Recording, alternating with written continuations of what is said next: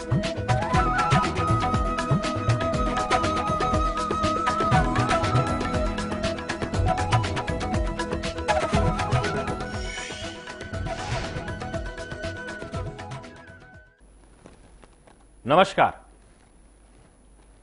जन्म कुंडली अध्ययन। आज अब मैं आपके सम्मुख एक आपकी और प्रिय अभिनेता सलमान खान जी, इनकी जन्म कुंडली का अध्ययन करूंगा। ये भी एक प्रसिद्ध राइटर सलीम खान जी के सुपुत्र हैं। इनकी जन्म कुंडली भी मैं आपके सम्मुख लाऊंगा, क्योंकि देखा जाए तो बीते कुछ वर्षों से इनकी लगभग सारी फिल्में 200 करोड़ की बिजनेस का जो है बिजनेस कर रही है। तो इनके ऊपर कौन सा लक्ष्मी योग लगा है, या यूं कहें कि कौन सी कृपा इनके ऊपर है, कौन से योग है इनकी कुंडली में जो इनको इतना ऊपर पहुंचा रहे हैं। देखा जाए तो यहां गौर करने वाली बात है कि सलीम खान जी के और भी 2 पुत्र हैं, लेकिन प्रसिद्धि जितना सलमान खान जी को मिली उतना औरों को नहीं मिली है। प्रसिद्ध वो सभी हैं, लेकिन इतनी बड़ी मात्रा में नहीं। तो आखिर इनकी कुंडली में योग कौन से हैं, या यूं कहें कि कहीं ना कहीं ये हमेशा छाए रहते हैं, नाम को लेकर के और बदनामी को लेकर के भी। अभी इनके ऊपर भी केस चल रही है, वहीं कुछ विवाह को लेकर के भी,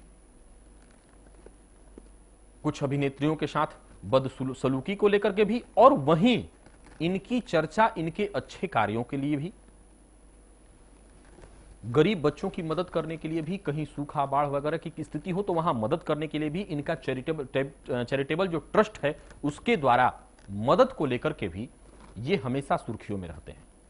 तो आखिर वो कौन से योग हैं जो इनको विश्व प्रसिद्ध बना रहा है, कौन से ग्रह हैं जिसका प्रभाव इनके ऊपर इतनी बड़ी मात्रा में पड़ रहा है। आइए हम लोग इनकी जन्म कुंडली से इन सारे प्रश्नों का हल ढूंढते हैं। ये देखिए, मेष लग्न की जन्म कुंडली है। 1 नंबर से प्रारंभ हो रही है, अर्थात मेष लग्न। मेष वृश्चिकयोर भौमः। मेष और वृश्चिक इन दोनों राशियों के स्वामी कौन है? मंगल। कहां पर बैठे हैं? तो इनकी कुंडली में, जहां पर आप ये 10 नंबर देख रहे हैं, कुंडली का ये 10वां स्थान, यहीं पर शुक्र और मंगल की युति। मेरे बात को फिर से गौर से विचार करिएगा। मैंने बताया था कि अभिनेताओं की कुंडलियों में यह चीज बहुत कॉमन है कि शुक्र और मंगल की युति बनी हुई है। यहां पर मंगल का उच्च का होकर के बैठना रोचक राजयोग। पहले तो मैं बता दूं कि लग्नेश जब भी दशमस्थ हो और वो भी मंगल हो तो ये अपने आप में अद्वितीय है। सारे योग एक तरफ और अकेला ये योग एक तरफ। मंगल का दशमस्थ होना ये जातक को कुल दीपक बना देता है। तो कुल दीपक तो ये हो ही गए, क्योंकि मंगल कौन है? 10वें भाव में मंगल आखिर इतना बलवान, इतना प्रभावशाली व्यक्तित्व क्यों देता है? इसलिए देता है क्योंकि मंगल है पराक्रम, सेनापति। और अगर मंगल को कर्म की छूट दे दी जाए, या कर सेनापति को यह छूट दे दी जाए कि सारा अधिकार आपके पास है, आप जैसे चाहें वैसे करें, तो 2 बातें होंगी।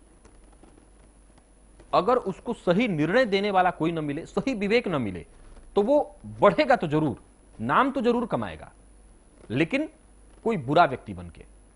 लेकिन अगर वहीं पर उनको सद्ज्ञान देने वाले भी ग्रह हों जो सपोर्ट करते हों, तो वही सेनापति इतनी उच्च ऊंचाइयों को छू लेगा, इतने उच्च स्तर पर पहुंच जाएगा कि दूर दूर तक वहां कोई दिखाई नहीं पड़ेगा।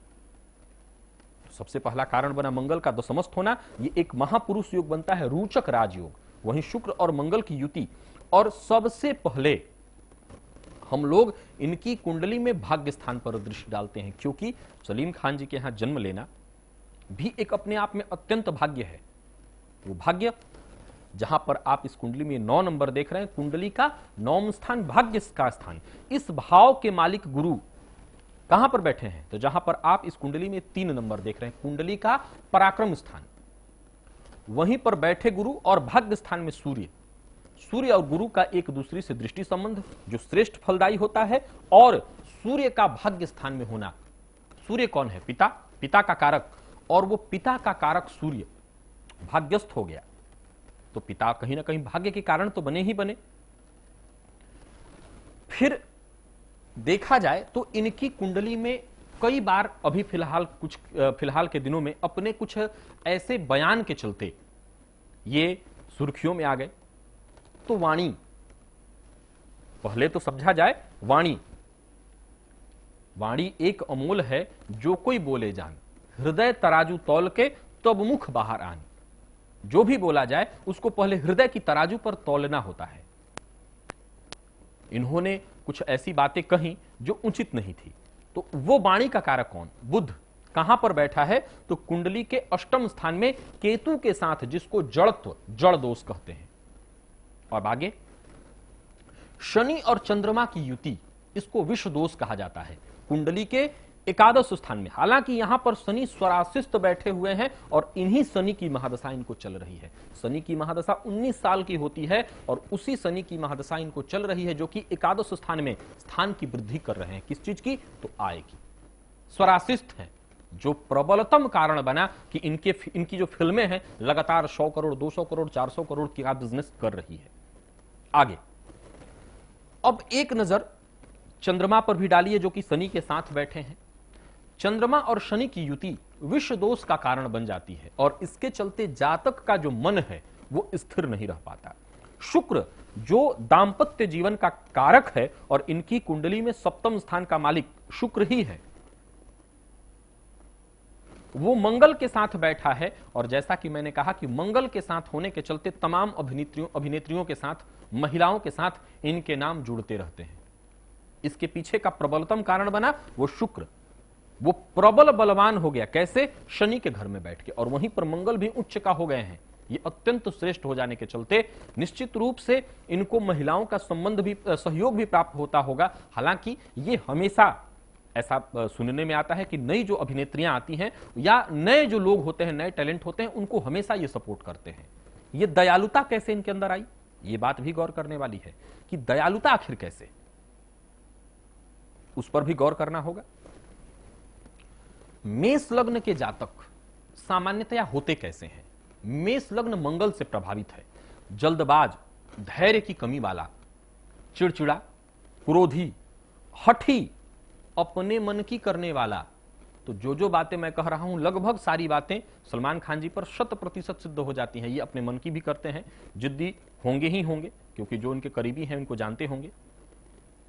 लेकिन मैंने कहा था दयालुता, इस कदर दयालुता कैसे? क्योंकि कोई भी व्यक्ति जब इस तरह से दयालुता करता है, लोगों का सहयोग करता है, तो उसके पीछे भी कुछ कारण होता होगा। गौर करने वाली बात है कि शनि से जो प्रभावित लोग हैं, चाहे वो मकर लग्न के लोग हों, कुंभ लग्न के लोग हों, या मकर राशि या कुंभ राशि से संबंधित लोग हों, शनि इस लग्न में बैठे हों, ऐसे लोगों में एक चीज अवश्य गौर की जा सकती है। ये लोग आदर्शवादी अवश्य होते हैं। जीवन में इंसान है तो गलतियां अवश्य होती होंगी, लेकिन आदर्शवादिता, दयालुता, लोगों का जो सहयोग करने की जो भावना है वो अवश्य होती होगी। कारण क्या है इसको समझिए।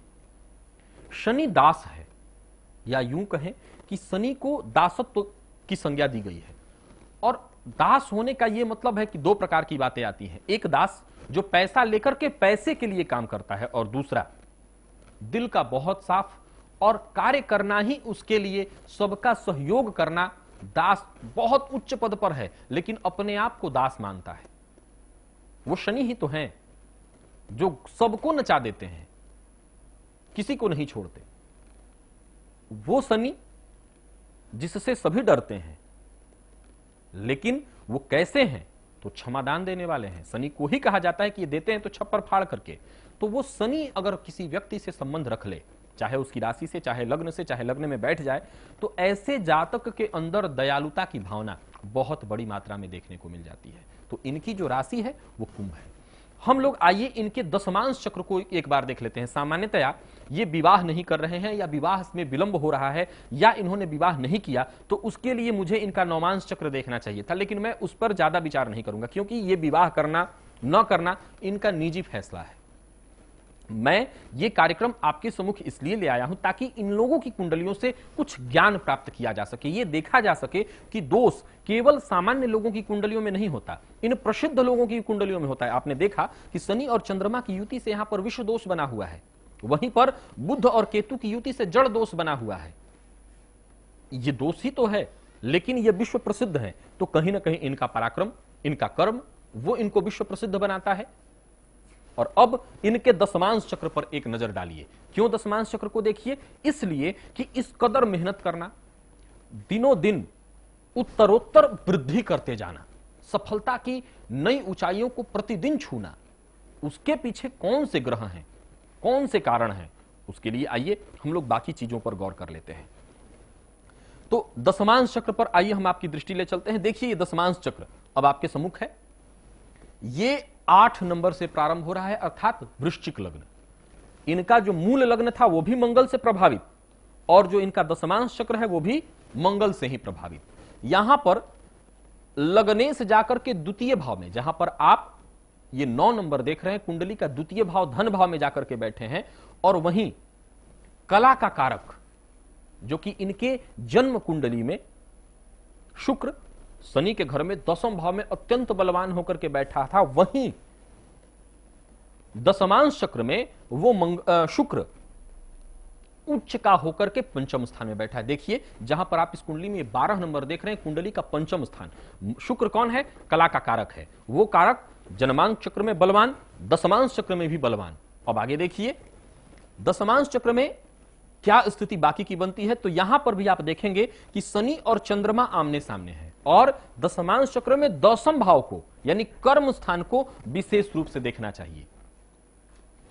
तो 10वें भाव का मालिक यानी कर्म स्थान का मालिक, देखिए जहां पर आप इस कुंडली में 5 नंबर देख रहे हैं, ये दशमांश चक्र में 5 नंबर जो आप देख रहे हैं, 5 नंबर का मतलब होता है सिंह राशि। सिंह राशि का स्वामी सूर्य कहां पर बैठा है? तो 6वें स्थान में, परंतु कैसा है?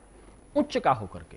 हालांकि राहु के साथ इसको ग्रहण लगा हुआ है, लेकिन सूर्य को 6वें भाव में होने से कोई विशेष दोष नहीं होता। वहीं राहु के साथ यह शत्रुहंता की स्थिति बना देता है। ऐसे जातकों के शत्रु होते तो अवश्य हैं, परंतु वो कुछ भी नुकसान जातक का नहीं कर सकते। वो शत्रु जातक को किसी प्रकार से कोई नुकसान नहीं पहुंचा सकते हैं, और वो सूर्य यहां पर उच्च का होकर के बैठे हुए हैं। दशमांश चक्र में विशेष रूप से इस बात पर विचार किया जाता है कि कर्म स्थान का मालिक किस अवस्था में है। वहीं पर जन्मांक चक्र में जो 10वें स्थान का मालिक था, वो दशमांश चक्र में किस अवस्था में है, इस बात पर भी गौर करिए। तो आप देखेंगे कि दशमांश चक्र में 10वें स्थान का मालिक जो जन्मांक चक्र में शनि थे, वो 10वें स्थान में ही बैठे हुए हैं। ये भी अत्यंत श्रेष्ठ कर्म की वृद्धि कर रहे हैं। हां, शनि और चंद्रमा का दृष्टि संबंध जो हो रहा है, वो मानसिक टेंशन अवश्य देता होगा, मन को अस्थिर अवश्य करता होगा, जिसके चलते जातक का मन स्थिर न रह पाना, हमेशा मन में चिंता का भाव, परेशानियों का भाव होना, ये सब कुछ होता होगा। तो ये सारे प्रबलतम तर्क, प्रबलतम कारण आप इनकी कुंडली में देख सकते हैं। तो ये थी सलमान खान जी की कुंडली, जिसका मैंने आपके सम्मुख अध्ययन किया।